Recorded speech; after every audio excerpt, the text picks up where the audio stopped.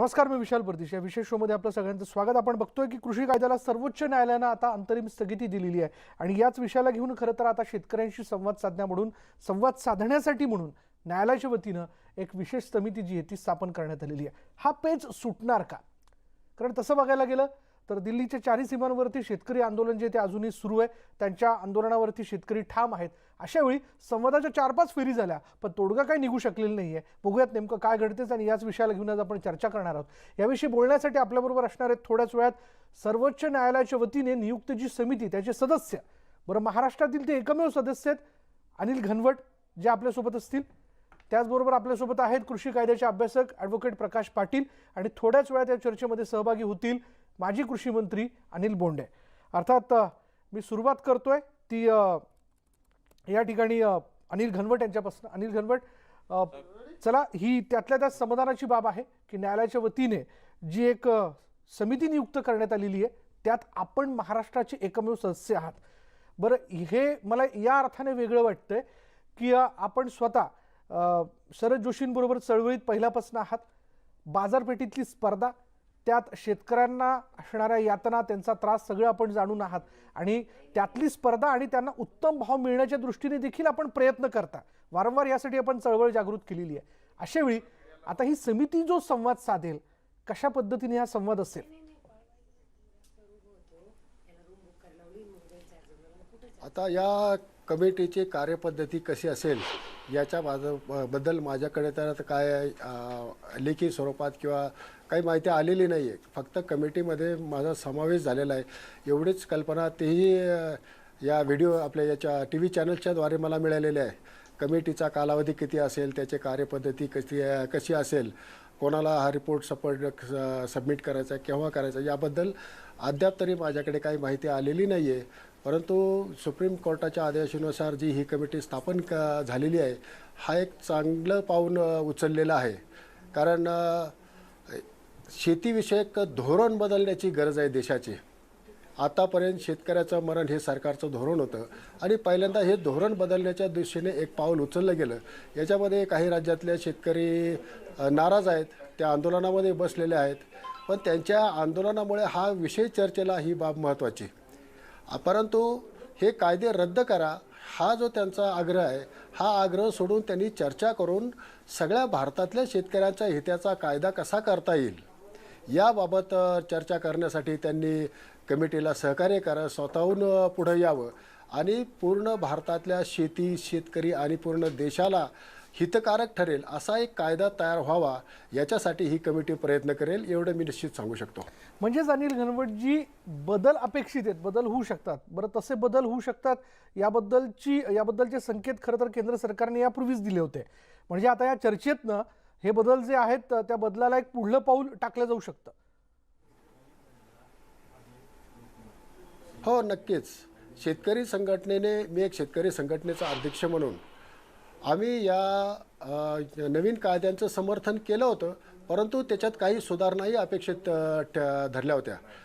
पहिली सगळ्यात मोठी म्हणजे आवश्यक वस्तू कायद्यातून त्यांनी धान्य, कडधान्य, तेलबिया, कांदा, बटाटा वगळले, परंतु हे कायमस्वरूपी वगळले नाहीत.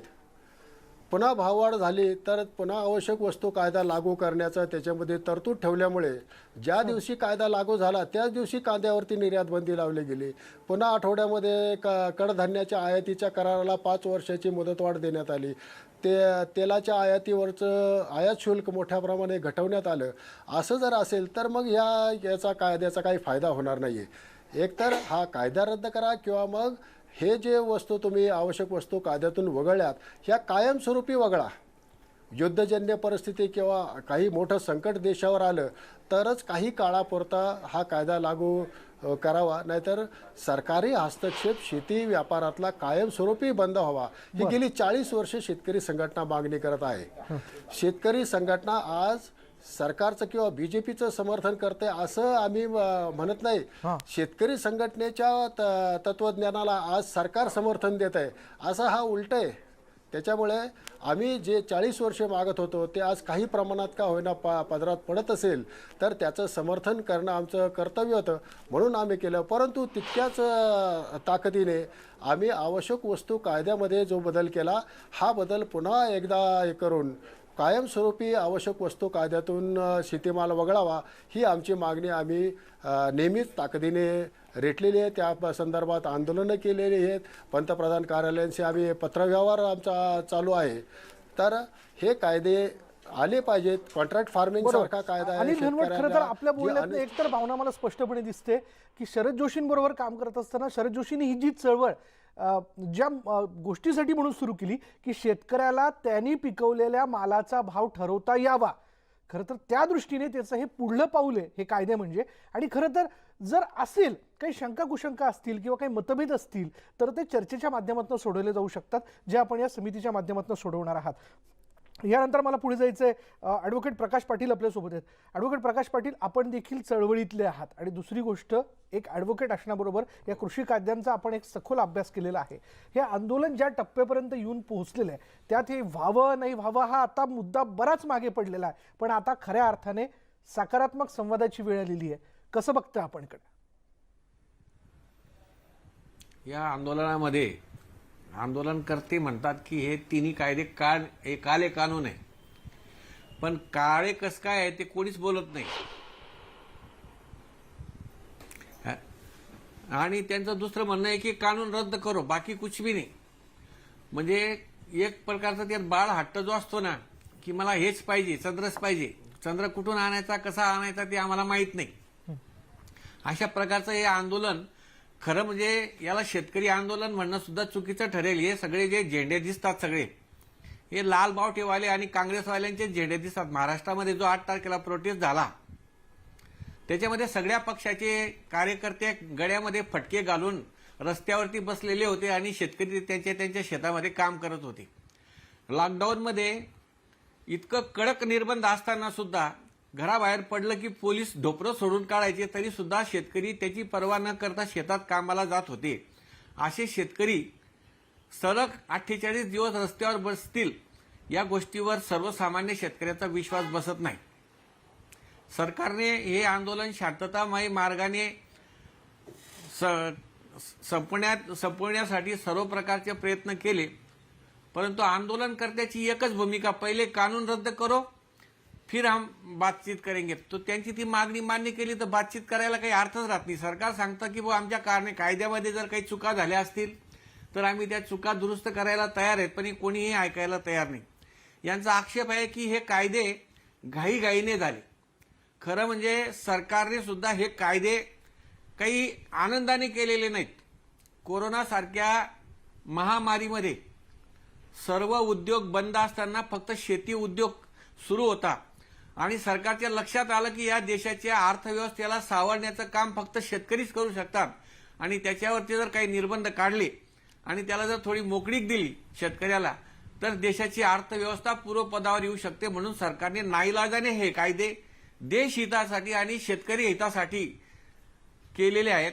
त्याला शेतकरी संघटनेचे आता नंतर हे सांगतात की हे घाईघाईने कशा करता केली, याच्यावरती चर्चा व्हायला पाहिजे होती. परवा टीव्हीवरती माजी कृषी मंत्री माननीय शरद पवार साहेब, ज्यांना जाणता राजा वगैरे म्हणतात, त्यांनी 2011 मध्ये शीला दीक्षितांना पत्र लिहून सांगितलं होतं की हे जे जुने कायदे आहेत हे बदल करण्याची आवश्यकता आहे. जवळजवळ या कायद्यावरती 15 ते 20 वर्षापासून सलग चर्चा चालू आहे. शेतकरी संघटनेची मागणी तर 1980 सालापासून आहे की हे एपीएमसी ऍक्ट म्हणजे कृषी मंडीचे जे कायदे आहेत हे शेतकऱ्यांसाठी कत्तलखाने ठरलेले आहेत. एकदा बाजारामध्ये शेतकऱ्याने माल नेल्यानंतर शेतकऱ्याला तो माल विकून, आम्ही तर आमच्या भाषेत फुकूनच यावा लागतो, कारण तो घरी परत आणायला परवडत नाही. त्याच्याऐवजी जर समजा त्याला ऑप्शन दिलं की तुझा माल तुला पटेल तिथं विकता येईल, जर व्यापारी माझ्या शेतकऱ्याच्या घरी माल घ्यायला गेला तर तो माल शेतकऱ्याला व्यापाऱ्याला विकायचा का नाही विकायचा हे ठरवण्याचा अधिकार शेतकऱ्याला राहील. तर त्याच्यात चुकीचं असं काहीच नाही. आणि जर समजा कोणी माल घ्यायला आलं नाही तर कृषी उत्पन्न बाजार समित्या सुरू राहणारच आहेत. बरोबर, ती व्यवस्था काय आपण मोडीत काढत नाहीये. ॲडव्होकेट प्रकाशजी, मला जायचंय. माजी कृषी मंत्री अनिल बोंडे आपल्यासोबत आहेत. अनिल बोंडेजी, खरं तर पुन्हा एकदा या गोष्टीची आठवण करून देण्याची वेळ आलेली आहे की राज्यातलीच काही मंडळी या 3 कायद्यांमधल्या काही मुद्द्यांना घेऊन विरोध करताय आणि अगोदरच यातल्या काही गोष्टींची प्रत्यक्ष अंमलबजावणी यापूर्वीच राज्यात करण्यात आलेली होती. अशा वेळी या सगळ्या परिस्थितीत हे आंदोलन या टप्प्यापर्यंत आल्यानंतर नेमकं कसं बघता आपण याकडे? म्हणजे आता यापुढचा होणारा संवाद हा सफल असेल की कशा पद्धतीचा असेल? नाही, सफल होईलच. कारण हे आंदोलनच विशेषतः गैरसमजावर आधारित आहे, भ्रमावर आधारित आहे. आणि सर्वोच्च न्यायालयाने एक चांगली स्टेप घेतली, एक पाऊल टाकलं की त्या माध्यमातून नुसतं आंदोलक शेतकऱ्यांनाच आपलं म्हणणं समितीसमोर मांडता येणार नाही. म्हणजे ते ते तर मांडतीलच, पण त्यासोबत देशामधले सर्व शेतकरी ज्यांचा आवाज दबला होता या आंदोलनाच्या मुळे, ज्यांना वाटत होतं की हे कायदे झाले पाहिजे, खऱ्या अर्थानं शेतकऱ्याच्या स्वातंत्र्याची पहाट आहे आणि 8 राज्यामध्ये अगोदरच हे कायदे वेगवेगळ्या वर्षी हे केल्या गेलेले आहे. महाराष्ट्रामध्ये काँग्रेस राष्ट्रवादीचं सरकार होतं, त्यावेळेला कृषी कराराचा कायदा 2006 साली झालेला आहे. देवेंद्र फडणवीस सरकारच्या काळामध्ये भाजीपाला नियमनमुक्त केलेला आहे, कडधान्य नियमनमुक्त केले, धान्य नियमनमुक्त केलं. आणि आता उद्धवजी ठाकरे जे राबवतात आहे, विकेल तिथे पिकेल, म्हणजे शेतकऱ्यांना कुठेही विकावं, आपला धान्य कृषी मंडीमध्ये न जाता ग्राहकाला डायरेक्ट विकावं, हे शेतकऱ्याला स्वातंत्र्य देण्याचं हे कायदे आपल्या इथे ऑलरेडी केलेले आहेत. आणि म्हणून यांना तोंडच नाही. म्हणजे शरदचंद्रजी पवार सुद्धा राज्यसभेमध्ये का थांबले नाही? कारण त्यांना माहित आहे की आपण शेतीच्या कराराचा कायदा 2006 साली केलेला आहे. राजू शेट्टी तर बाळकडू पिलेले आहे, पण राजू शेट्टीचं मजबुरी ही राहिली की कायद्याच्या बाजूनी जर म्हणावं, म्हणजे शरद जोशींच्या बाजूनी म्हणावं, तर आमदारकी मिळत नाही. म्हणजे असे प्रत्येकाचे वैयक्तिक स्वार्थ आणि त्यासोबतच मोदींबरोबरचा असलेला द्वेष, शत्रुत्व, या सगळ्या गोष्टीमुळं शिवसेना असो, काँग्रेस असो, राष्ट्रवादी असो, हे विरोध करायला लागले. परंतु आता ही समिती निर्माण झाली, खरोखर एक चांगली गोष्ट झाली की सगळ्या भारतामधल्या शेतकऱ्यांना ज्यांना वाटते की आम्हाला स्वातंत्र्य मिळालं पाहिजे, कृषी उत्पन्न बाजार समितीतही जाता आलं पाहिजे आणि बाहेर पण विकता आलं पाहिजे, आम्हाला करार सुद्धा करता आला पाहिजे, ज्यांना ज्यांना हे पट्ट आहे त्यांना सुद्धा समितीच्या समोर बाजू मांडता येईल.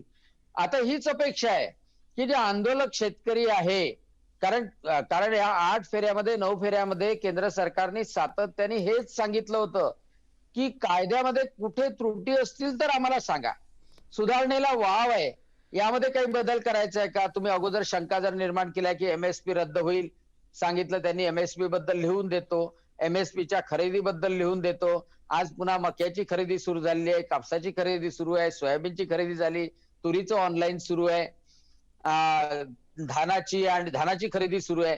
तर एमएसपीच्या बद्दल लिहून देतो. त्यांनी सांगितलं कायद्यामध्ये जमीन जाणार नाही, हे स्पष्टपणे लिहिलेलं आहे. पण भ्रम इतका निर्माण केला कम्युनिस्ट आणि काँग्रेसवाल्यांनी की त्यांचे भाषण जर ऐकले तर असं वाटतं की हा संपूर्णतः शेतकऱ्याच्या विरोधात आहे का? खरं जर पाहिलं तर काँग्रेसने सुद्धा हे वारंवार सांगितलं होतं की असे कायदे करायला पाहिजे, परंतु याच दलालांच्या, व्यापाऱ्यांच्या दडपणामुळे काँग्रेस करू शकले नाही. ती हिंमत पंतप्रधान नरेंद्रजी मोदींनी दाखवली, हे खरं सत्य आहे. आणि म्हणून आज सर्वोच्च न्यायालयाने जो निर्णय घेतला, निश्चितपणे यामधून मार्ग निघेल. आंदोलकांनी आता समोर झालं पाहिजे, सकारात्मक भूमिका घेतली पाहिजे, आपली बाजू मांडली पाहिजे आणि आता हे आंदोलन सर्वोच्च न्यायालयाचा सन्मान ठेवून तातडीनं थांबलं पाहिजे. शासनाला, देशाला वेठीस धरण्याचा कोणाचाही अधिकार नाही. आंदोलन करण्याचा अधिकार आहे, परंतु वेठीस धरण्याचा अधिकार नाही, हेही लक्षात ठेवलं पाहिजे. आपण स्वतः एका हाऊसचे सदस्य आहात, लोकनिर्वाचित प्रतिनिधी आहात अनिल बोंडेजी. अशावेळी हाऊसमध्ये आलेला कुठलाही मुद्दा किंवा ते विधेयक असेल किंवा त्याचं नंतर कायद्यात झालेलं रूपांतर असेल, यात काळाच्या ओघाने किंवा त्याही नंतर अंमलबजावणी करत असताना काही बदल अपेक्षित असतात किंवा ते बदल होतात. आधीच केंद्र सरकारने खरं तर या तिन्ही कृषी कायद्यांच्या विषयांना घेऊन आपण त्याची अंमलबजावणी झाल्यानंतर काही बदल करू शकतो असे संकेत दिलेले होते. तरीही हे आंदोलन रेटलं गेलं का? हो, नाही, निश्चितपणे. आता मला असं वाटतं अनिल घनवटांनी म्हटलं की पाटील साहेबांनी म्हटलं की एक बालहट्ट सारखा झालेला आहे आणि त्याच्या पाठीमागे कारण आहे की तिथे असलेले अडते, दलाल, व्यापारी अतिशय धनाढ्य जे झालेले आहे त्यांना असं वाटतं की आता कृषी उत्पन्न बाजार समितीमध्ये खरेदी झाली नाही तर आपलं कमिशन राहणार नाही. कृषी उत्पन्न बाजार समितीच्या भरोश्यावर जे राजकारण करायचं होतं ते राजकारण संपेल. म्हणजे हरियाणा आणि पंजाबमध्ये जे मोनोक्रॉप पॅटर्न आहे त्यामधून संपत्ती निर्माण होते ती चांगली गोष्ट आहे. परंतु परंतु त्या अडत्या आणि व्यापाऱ्यांचं जे साम्राज्य कृषी उत्पन्न बाजार समितीच्या माध्यमातून निर्माण झालं त्यांना ती भीती वाटायला लागली आणि त्यामधून आंदोलन निर्माण झालं. हे जे कम्युनिस्ट पक्ष आहे ज्यांची आता सद्दी संपते त्यांनी तर कोणी आंदोलन केलं ना ते विद्यार्थ्यांनी आंदोलन केलं तरी ते आपले झेंडे घेऊन तयार आहेत. आता काँग्रेसवाल्यांना पर्याय नाहीये. खरं जर पाहिलं तर पंतप्रधान नरेंद्रजी मोदींच्या विरोधात बोलायला कुठे प्रश्न नाहीये आणि त्यामुळं काही करून देशामध्ये अस्वस्थता कशी निर्माण करता येईल हा एकमेव उद्देश या आंदोलनाच्या निमित्ताने आहे. एकमेव उद्देश. आणि म्हणून सुप्रीम कोर्ट सर्वोच्च न्यायालयाने जी आज स्टेप घेतली निश्चितपणे शासनाने पूर्ण नमती भूमिका घेतली होती. कुठेही इगो केला नाही, अहंकाराची भूमिका नव्हती. वारंवार त्यांना सांगितलं की तुम्ही जे सुधारणा द्याल त्यावर निश्चितपणे आम्ही विचार करू. परंतु ते ऐकायला जेव्हा तयार नव्हते तेव्हा हा जो मधला तोडगा आहे समितीचा तो निश्चितपणे चांगला आहे. या समितीच्या समोर सगळ्यांना बाजू मांडता येणार आहे आणि त्यामुळं पुढच्या काळामध्ये कोणताही कायदा झाला, कारण की आता भारतामध्ये ही पद्धतच पडली आहे. सीएचा कायदा झाला तर शाहीन बागला जाऊन बसा, रस्ता अडवून बसा. शेतकऱ्याचा कायदा झाला तर दिल्लीच्या बॉर्डरवर जाऊन बसा. आंदोलन करण्याचा हक्क आहे, परंतु जनतेला, देशाला, अर्थव्यवस्थेला, न्याय व्यवस्थेला आणि शांततेला भंग करण्याचा कोणाला अधिकार नाही असं माझं स्पष्ट मत आहे. मला ॲडव्होकेट प्रकाश यांच्याकडे जायचं. ॲडव्होकेट प्रकाश, सरकारकडनंही धान्य खरेदी सुरू ठेवावी अशी जी अशा म्हणजे अनेक मागण्यांमधली ही एक शेतकऱ्यांची मागणी तसं बघायला गेलं तर हे तिन्ही कायदे ज्यावेळेस इम्प्लिमेंट होतात किंवा त्याची अंमलबजावणी होते जर असं आपण म्हटलं, आता तुर्तास अंतरिम स्थगिती आहे, तर सरकारकडनं होणाऱ्या खरेदीला कुठे आणि धक्का बसणार आहे का? सरकारकडनं खरेदीला कुठेही धक्का बसणार नाही. आणि आमची पहिल्यापासून अशी मांडणी आहे की सरकारने आगीच्या बंबासारखं काम करावं. जिथं आग लागली तिथं बंब पाठवायचा, उगाच बंब घेऊन देशभर फिरायचं नाही. समजा बाजारामध्ये जर शेतीमालाचे भाव MSP पेक्षा जर खाली आले तर सरकारने खरेदी करायलाच पाहिजे आणि सरकारने ते लेखी आश्वासन सुद्धा द्यायला तयार आहेत. आणि मला माहिती आहे की सरकारने किती जरी लेखी आश्वासन दिलं, कायदा जरी केला तरी त्या कायद्याचं पालन करायचं की नाही करायचं हे सरकारच्या हातात आहे. कायदे करून कोणतेही प्रश्न सुटत नसतात. उलट त्या प्रश्न जास्त जितके कडक कायदे केले करतात तेवढे प्रश्न जास्त जटिल होत जातात. तर MSP ही सुरू राहणारच आहे आणि MSPचा फायदा फक्त 6% शेतकऱ्यांना मिळतो आणि तो 6% सुद्धा जेव्हा बाजारामध्ये बाजार पडलेले असतात तेव्हा शेतकऱ्याचा माल व्यापारी खरेदी करतात आणि जेव्हा सरकारी खरेदी सुरू होते तेव्हा व्यापारी शेतकऱ्याच्या नावावर पुन्हा सरकारला विकतात आणि त्याचा फायदा सुद्धा व्यापाऱ्यांनाच होतो शेतकऱ्यापेक्षा. कारण शेतकऱ्याचा आणि सरकारी केंद्रावरती खरेदी करणारे जे अधिकारी असते यांची काही लिंक लागलेली नसते. त्यांना जी चिरीमिरी द्यावी लागते, त्यांना जे काही ते करावं लागतं ते सगळे व्यापाऱ्यांना माहिती असतं. म्हणून शेतकरी सुद्धा इतक्या भानगडी करण्यापेक्षा 5-10 रुपये क्विंटल कमी भेटले तरी चालतील, पण व्यापाऱ्याला माल देऊन विकून मोकळे होतात आणि व्यापारी परत तोच माल शेतकऱ्याकडून कमी भावाने घेऊन सरकारला जास्त भावाने म्हणजे MSPचा हट्ट धरणं म्हणजे व्यापाऱ्याच्या हितासाठीच भांडणं असा सुद्धा प्रकार असू शकतो. म्हणजे ही देखील एक त्याची दुसरी बाजू आहे. ॲडव्होकेट प्रकाश पाटील, फार महत्त्वाचे मुद्दे आपण मांडताय. त्याचबरोबर अनिल बोंडे देखील या सगळ्या मुद्द्यांचं एक त्यांच्या बाजूचं स्पष्टीकरण या ठिकाणी समोर आणताना दिसत आहे. यानंतर वेळ झाली की ब्रेकची आणि ब्रेकनंतर ही चर्चा अशी सुरू राहील. पहा फक्त न्यूज 18 लोकमत.